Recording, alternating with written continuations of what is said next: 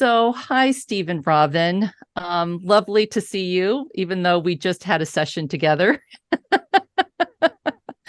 So, I would love to start with just introducing yourselves, and then we can, talk about what this GTD coaching experience has been like for you both individually as an executive assistant team, and then what it's also been like for you to bring in GTD coaching to your greater team as well. Super. And thank you for having us. I'm Steve Magowan. I'm the CEO of a single family office named Sunrise Management Services. Been doing that the last 11 plus years. Robyn, I'll let you introduce yourself. Yes, thank you for having us, Meg. My name's Robyn. I'm Steve's executive assistant, and I've been working with Steve and at Sunrise for 5 years now. So you guys have been together 5 years. I was going to say, how long have you been working together? Yes, August was 5 years. Wow. Steve, why don't you start with telling us how you came to know about the Getting Things Done methodology and a little bit about what things were like before you started installing and implementing GTD and what you're kind of experiencing now, because right now, both of you are in the middle of, I think we're in our 3rd out of 4 months strategy one-on-one course. So would just love to kind of hear you kind of riff on pre and where you are now. Sure. After all these years. Sure. So I was introduced to GTD by Bob Stiller, the CEO and founder of Green Mountain Coffee Roasters. And I started using it around 9-10 years ago as I transitioned from working as a lawyer, where my work was pretty much driven by what my client deadlines were, to becoming the CEO of a family office where my work had a much more fluid capacity, in the sense that there were some things that were very deadline driven, and there were some things that would only progress if I was really intentional about having them progress step to step. And so what the GTD methodology helped me do was to prioritize projects, as well as prioritize my day-to-day work, and also help me organize my sort of categories of work so that I was giving appropriate focus to the different things that I have to do every day. And talk a little bit more about that whole piece about prioritizing. And if you don't mind, sharing what you just had some time off and you were just talking about kind of this re-entry. And, one of the things that one of the things that I really love when I have the opportunity in coaching is to talk about when people are gone for a couple of days, whether for a conference or whether it's for vacation or whatever that may be, and how you don't have to come back and be completely slammed. And I think that you were kind of sharing that, and I would just love to hear that again. So what I find with the project prioritization and within the areas of focus, and in particular in coming out of like a time off, is that what I'm gotten really so much better at in connection with the coaching is being able to look at the work that I need to do, and to be able to feel very comfortable that I'm picking the right things to do first. I would say the amount of time that I spend sort of Whac-A-Mole, I guess, of trying to figure out what should come first has diminished significantly. That I feel a lot more comfortable in the choices that I'm making to prioritize. And, kind of re-entering from being away, even like in my case, it was kind of being cut off from my computer, a little bit of touch with email for about 4 or 5 days. And I could come back in and re-enter and say, what's my level of energy? What's my time? What's my ability to focus? And then pick off the work that needed to be done, that could be done with that kind of level of energy and focus, and just start getting that to-do list down. And that comes about from knowing what my projects are, and also knowing what I have to do next, and what kind of, where it fits into the hierarchy of what my what my areas of like direct focus are. And where have you seen Robyn fit into all of this over all the years, that you have had this, phenomenal executive assistant to be able to support you in so many different ways? I mean, I remember when we first met, it was how do you best leverage and utilize Robyn's, strengths, and how can the two of you really work on calendar management and email management and weekly reviews. And I remember that, you had so much volume that you and Robyn would get together and just spend a whole hour for a project review and another whole hour on calendar review, and having Robyn really also individually use GTD for her own management of her own stuff. But that, she's such the gatekeeper of your calendar to just really ensure that there's that space, and eliminating the back-to-back meetings, and really being that team that you can talk to her and bounce things off of and catch things, and be so much more in the forefront of what, has your attention personally and professionally and within the office. So can you speak more to that? And then Robyn, I'd love to, hear what you have to share about that and what you've noticed. Yeah, and I want to definitely transition this right over to Robyn. I'll give you my, my feelings about it. One, we started off, very much, kind of blank sheets of paper, to each other 5 years ago. And, I think some of the hallmarks of, being able to do this work together is one, coming from Robyn, is like this enormous curiosity about, how can you do things better? And then the other piece is a lot of sharing of information. I view the GTD process, the way we work on it, as a partnership in helping and having like this other mind to help with the prioritization of projects. And we have, we've created our areas of focus documents, and we've shared them with each other, and we offered comments on it to each other. And so, through that, we can understand how to establish priorities for ourselves. And although, Robyn, her role is executive assistant to the CEO, she also performs other functions in the office. And so it allows her to have the space to do the other things that she needs to do as well. I would say the critical aspects of it in the work as it's evolved is being able to be really direct and honest with each other, and that we have permission to talk to each other about the work in a way that is not making either of us feel uncomfortable. Like if checking in, hey, you had this as a next action you were going to complete 2 days ago and it's not completed yet. What's blocking that?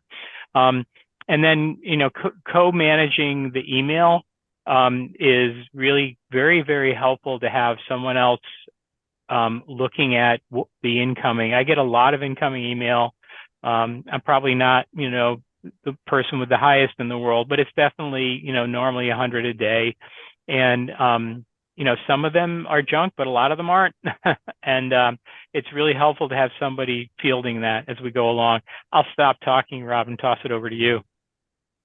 Thanks. Yeah, I mean, going back to, your question of the kind of the beginning there, when I joined Sunrise, started working with Steve, and he kind of said, okay, Robyn, there's this GTD training I want you to do.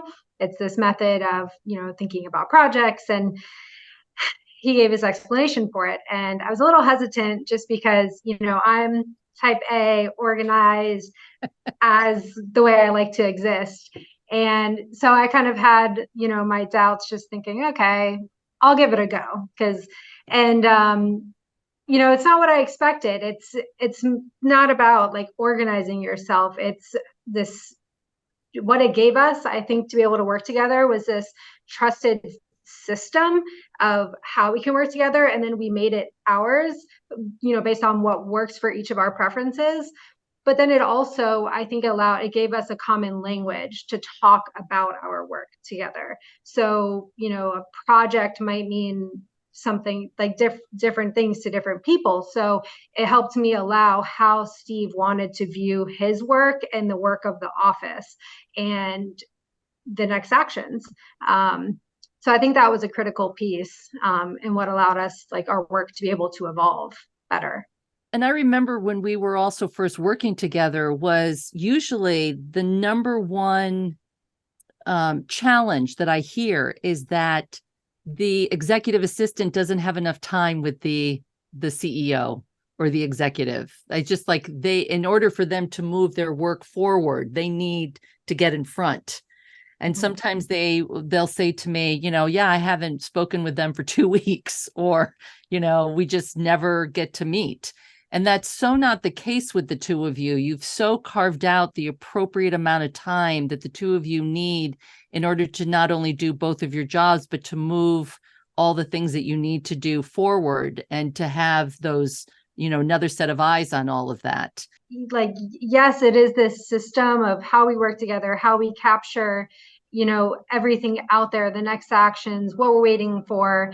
Beyond all of that, it did change the way just I view thinking about work to be done, because I'm somewhat like, before I would think about that end goal when the question just is initiated, when you don't need to waste your time doing that. It really drove to me thinking about the next step, which is all that matters, because you never know what's going to happen afterward. And so I kind of took that lesson, and that's kind of how I think about my own personal projects in life, and dealing with just the next steps and next things to do. It's just focusing on the very next step. You don't have to clutter your mind with the what could be. So I think that's an interesting, takeaway, and how it kind of blended into my own personal life as well. I agree with everything Robyn said, and I would add to it that I want to emphasize that for us, the GTD system establishes an architect of vocabulary about how to talk about work. It is not for us like a rigid kind of dogmatic system. And that, one of the benefits that we got through coaching was, how do we adapt some of the technology we use? Like, we use Trello, we use Teams, and I still use Evernote a little bit for certain things. But what we got from the coaching was how to map who we are in the system and be able to pull from the system that vocabulary and the rhythm. And for like, one of the things that Robyn and I talk about is just that we really have a very high comfort level that the critical identification in a project is the next action, and that we're able to really close off, I don't want to, multiple universe thinking, I guess. We just trust the process that the next action will lead to whatever the next action after that is, as opposed to having to think about every possibility. And I think for me as an executive, what that lets me do is, when I want to think about potential alternative elements and facts and alternative outcomes, I'm intentionally doing that, as opposed to every single thought process involves a multitude of alternatives, because I don't think that's creative. I think it's counterproductive. How you feel like this has impacted you as the family office as a whole, because everybody has been coached. You have some new people that will be coached. And what's that like for you to have that as well come into play? Well, I'll jump in first on this one, because I've been, doing this thing with the office for 11 plus years. And what I have noticed is that people in certain professions tend to think about multiple steps in the future. And that, once you get past a second or third step in the future, you start branching off into multiple possibilities. And by trying to articulate what exactly the end goal of the project is, and really sticking to a map that says, what's the next action? What are you waiting for to take a next action? you spend a lot less time theorizing, and you spend a lot more time, may I say it, getting things done. No, that's so true because, I remember when we all got together kind of debriefing in the conference room after everybody had been individually coached. Remember, we went through kind of roles and responsibilities and like who had what. And it was so succinct where people were like really getting into the next actions. What's the next action here? And any kind of discussion, it was like grounding it in terms of what's the next action. Things weren't just drifting, when you're having meetings. It's not like, oh, that was a nice conversation and then letting it drift. Right. It's like everything gets anchored into outcome and next action thinking. And because you're bringing in the horizons, you're able to say, okay, well, is this a new role and responsibility? Is this yours? Is this mine? And then people have a trusted system to take that back. Right. And for you want your team also to be that trusted system. That when you delegate something out, it's going to go on their next actions or projects list. And, that if somebody needs to renegotiate with something, they know what they're renegotiating with you. And that keeps everybody in a really proactive place. Yep. And just to add to that, I think, like Steve said, that defining a next action when you have a conversation as a group is so helpful to come out just knowing what exactly is that next item. And kind of the second part is kind of this sense of accountability. I think it encourages as a team by doing it, because since you were all very clear on what you just agreed that next step is, there's no question there. Right. So I think that's helpful with, in a team where there's so many moving parts and new things constantly. Well, and what I love as a coach when I get to coach a group individually is that I love that I get to customize it and still stay within the best practices, right? We were just talking earlier that, one person that I'm just starting to coach probably will be a hybrid of some Trello, but really needs to be paper-based with some things, right?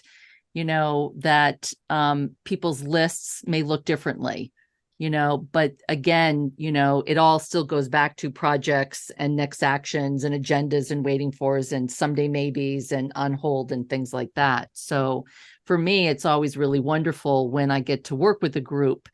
Again, it's not group coaching, it's one-on-one coaching, is that it just puts everybody in the driver's seat and it's a common language. I always joke that if something ever happened and I, with GTD Focus or whatever, and I went to go work with some new company, it's like, I will not work here until I coach everybody first. Anything else that you'd like to just add about what this has been like for you personally and professionally? Because you've been doing, both of you, you've been doing this for many, many years. I just think, the key for me, what the GTD system has, given me personally is just this sense of, I guess, freedom moving throughout the day, knowing that whatever I'm doing, like I feel confident knowing that's what I should be doing, because I'm not also worried about, well, what am I forgetting? Because that's a different type of working, is when you're working on something, but you don't know if you should actually be doing something else. Nice. And I think in a role where, moment to moment, I might have 10 different people I need to respond to at once, right? Like, or mixed with projects, like this constant prioritization of time and what needs my next attention.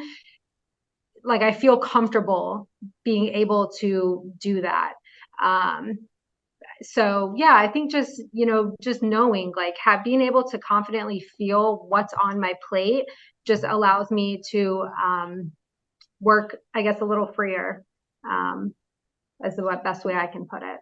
Thank you. Because I remember that wasn't necessarily your experience 5 years ago when we were coaching. No. I would add to what Robyn's saying that the critical aspect of coaching for me was coming up with, I would say, solutions to how to communicate best and progress within the system. And more specifically, I think about just some of the strategies that we, through the coaching arrived at collectively.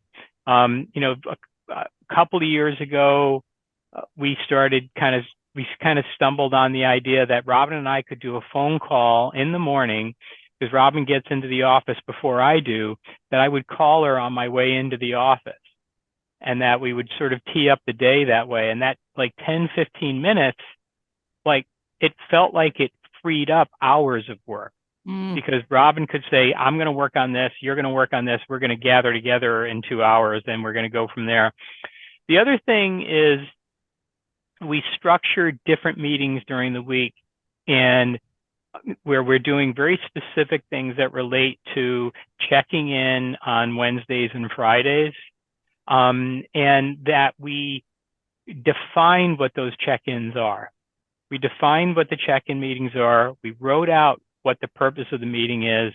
And then when we do the meeting, we check the purpose and say, okay, this is why we're meeting today. Let's do this.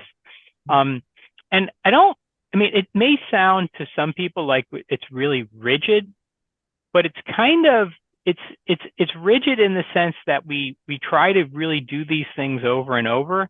But what it gives us is the headspace and the clarity to be creative, rather than just to be clouded.